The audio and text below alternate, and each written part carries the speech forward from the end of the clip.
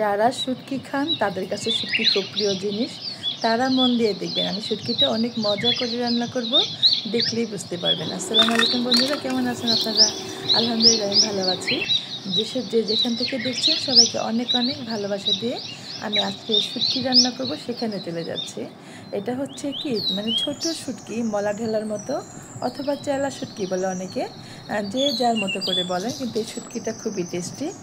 সেটাই দেখাবো আজকে। শুটকি দিয়ে মাছের মতো মাংস খেয়ে বেশি ভাত খাওয়া যায়, বেশি টেস্টি হয়। এটাকে আমি ভেজে নিলাম, ভালো করে পরিষ্কার করে ভেজে নিয়ে তারপরে আমি পানি দিয়ে দিলাম। আমি কিন্তু বরাবর এইভাবেই রান্না করি। এইভাবে রান্না করে আমি অনেক মানে এইভাবে রান্না করে আমি মজা পেয়েছি, যে এইভাবে রান্না করলে ভালো লাগে। এটাকে পানি দিয়ে আমি ভিজিয়ে রাখবো প্রায় 5-7 মিনিটের মতো। এদিকে আমি প্যানের মধ্যে তেল দিয়ে রসুন কুচি দিয়ে দিলাম। থেতানো রসুনটা আমি থেতলে নিয়েছি হ্যামার দিয়ে। তারপরে পেঁয়াজ দিয়ে দিলাম। একটু ভাজা হওয়ার পরে, সুগন্ধ বের হওয়ার পরে পেঁয়াজটা দিবেন। পেঁয়াজটা যখন গোল্ডেন ব্রাউন কালার হবে, তারপরে আমি এটার মধ্যে শুটকিটাকে প্রায় 8 থেকে 10 বার ধুয়ে নিয়েছি আমি। একেবারেই পরিষ্কার ঝরঝরে করে ধুয়ে নেবেন। শুটকি ধোয়ার সময় অনেক সময় শুটকি গলে যায়, তাতে সমস্যা নেই, কিন্তু শুটকি কিন্তু ভালো করে ধুতে হবে। শুটকি গলে যাক, কিন্তু আপনি এই প্লেট থেকে ওই প্লেটে বা এই বাটি থেকে ওই বাটিতে বারবার এইভাবে চেঞ্জ করে করে ধুবেন। একটা বাটিতে রেখে ধুবেন না, বারবার বাটি চেঞ্জ করে করে ধুবেন। এতে ভিতরের ময়লাটা বের হয়ে যাবে এবং সুন্দর করে মানে ধোয়াটা সুন্দর হবে। আমি এখানে শুটকিটাও দিয়ে দিলাম। পেঁয়াজ আর শুটকি দুটো একসাথেই ভেজে নিব। সুন্দর করে ভাজলে একটা সুগন্ধ বেরোবে। ভাজা শুটকি তো গন্ধ একটা আছে, খুব ভালো একটা গন্ধ বেরোয়। আর এইভাবে তেলের মধ্যে ভাজলে একটা সুন্দর সুগন্ধ বের হয়। এখানে দিয়ে দিলাম আমি মরিচ। মরিচ একটু বেশি দেবো, আপনারা জানেন। আমি 1.5 চামচের মতো শুকনো মরিচ দিয়েছি। 1 চামচ হলুদ গুঁড়ো, জিরে গুঁড়ো, মরিচ গুঁড়ো, সব কিছু, ধনে গুঁড়ো, সব কিছু 1 চামচ করে দিয়েছি। আর লাল মরিচ যেটা গুঁড়া মরিচ, সেটা আমি 1.5 চামচ দিয়েছি। একটু রসুন বাটা রস দিয়ে দিলাম, রসুন যদিও আমি থেতলে দিয়েছি, আর একটু বাটা দিলাম। একটু পানি দিয়ে, অল্প করে পানি দিয়ে এটাকে আমি কষিয়ে নেব। এই কষানোটা কিন্তু ঠিক মাছের মতোই, মাংসের মতোই। এই কষানোটাও শুটকি বলে কিন্তু অবহেলা করা যাবে না। সুন্দর করে কষাবেন। কষানোর মধ্যেই কিন্তু এটার মজা। আমি যতবার বলবো, আপনারা যে সবজিটাই রান্না করবেন, কষানোর মধ্যে কিন্তু টেস্ট লুকিয়ে থাকে। যত ভালো করে কষাতে পারবেন, তত আপনার সবজি সুন্দর হবে, রান্না সুন্দর হবে। কেউ জিজ্ঞেস করবে কীভাবে রান্না করেছেন। অনেকে একটু তাড়াহুড়া করে রান্না করেন, এই সময়টাতে একটু খেয়াল করতে হবে। এখানে আমি বেগুনটা আগেই ধুয়ে রেখেছিলাম। আমার বেগুনটা একটু পানিতে ভেজানো ছিল।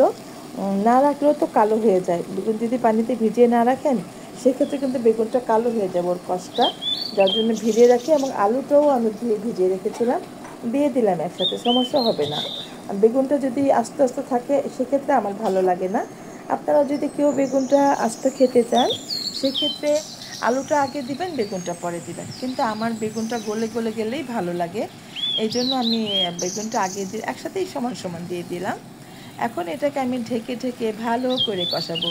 সেম মাছ যেমন আমরা কষাই, একইভাবে কষাতে হবে। এটা শুটকি বলে যে কষাবেন না, তা কিন্তু না। অবহেলা করা যাবে না। সুন্দর করে রান্না করবেন, দেখবেন মাংস লাগবে না, মাছ লাগবে না, আপনার শুটকি দিয়ে প্লেট ভরে ভাত খেতে পারবেন, মন ভরে ভাত খেতে পারবেন।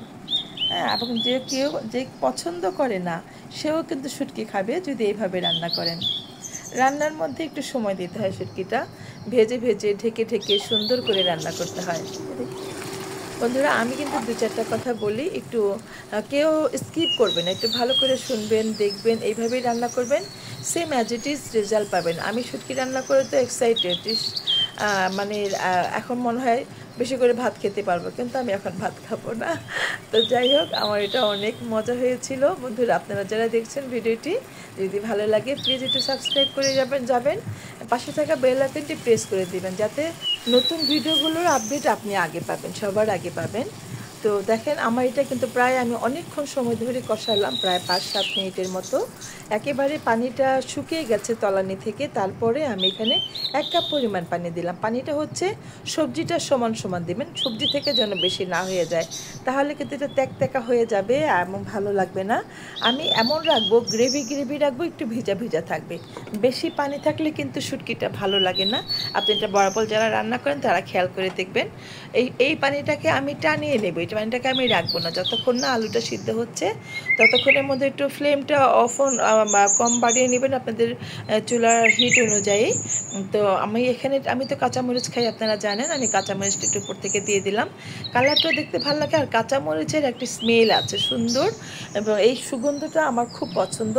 এবং সবজি দিলেও কিন্তু আপনারা যারা খান না তারাও ট্রাই করে দেখবেন, শেষ পর্যায়ে কাঁচামরিচটা দিবেন, অর্ধেক সিদ্ধ হবে এরকম একটা ভাব থাকবে নামানোর সময়, এবং এটা সুগন্ধ পাওয়া যায়, বেশ লাগে আমার এই সুগন্ধটা, যার জন্য আমি দিই।